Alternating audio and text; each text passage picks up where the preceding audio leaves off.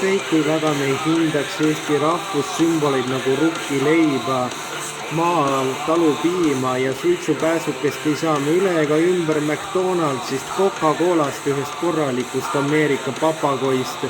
Ameerika tõelised autod satuvad aga eurooplasse eestlasi päästma Kaskaide ja Octaviade kütkest, aga aruarva ja ka selle legendaarse ja kauaoodatud Ford Bronco järeltulija puhul polnud Fordil plaaniski saata teda Euroopasse, aga kuna me seda nii väga soovisime, anda nüüd siia jõudnud ja kas Ford Broncos võib hakata nägema sama sagedasti Tallinna linnapildis kui McDonaldsit või Coca-Cola müügipunkte, see selgub nüüd.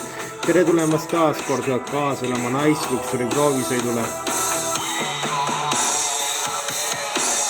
On ehitatud ta muidugi täisraamile ja nelikveoline anda ja Eestis on saadaval ta kõva katusega, aga katusepaneel on võimalik eemaldada ja täiesti kõvad teras kaitserauad on tal ja vintside kinnitusvõimalused ja vägagi hea maastikuvõimekus, sõltumatu vedrustus ees ja disain näeb vägagi sarnane välja 1965. aastal elutsema hakanud originaalsele Ford Broncole.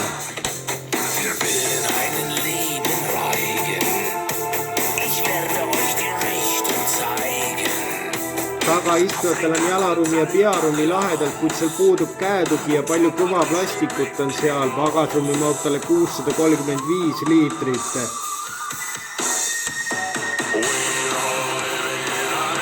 Ja interiööris on nupud disainitud niimoodi, et sa saaksid neid ka kinnastega reguleerida. Ja interiööris on olemas muidugi vägagi palju kohti, kus kinni hoida, kui ta maastikul mõllab. Ja samuti on olemas seal analoog näidikuna spidomeeter ja 12-volline multimeediasüsteem. Ja paraku see näidikupaneel on natukene kehva graafikaga, aga muidu näeb interiöör päris lahe välja ja muidugi on olemas seal kõik kaasa ja viimased sõnad ja soojendusega rool ja käigukangi nupp. Kui originaalsel Ford Broncol oli 65. aastal 2,8 liitrine rida 6 mootor, siis ka nüüd ei saa Ford Bronco sellele alla jääda ja pakub ka sulle 2,7 liitrist turbobensiini, mis on kaksikturboga ja paneb endast välja 228 kilovatti, 310 hobujõudu, 12 liitrit kulutab ta mehiselt 100-le.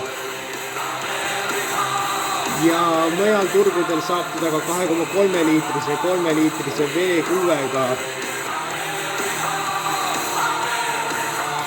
Kuid tema hinnad algavad Eestis 85 000 eurost, kui Ameerikas saab see sama versiooni endale kõigest 48 000 ja dollariga ning praeguse põlvkonna Land Cruiser annab ennast kätte 49 000 euroga, nii et ma kardan, et olenemata sellest, kui äge tõesti ameerikalik Jeep ta on, hakkame teda nägema Tallinna linnapildis sama suure tõenäosusega kui Starbucksi kohvikut.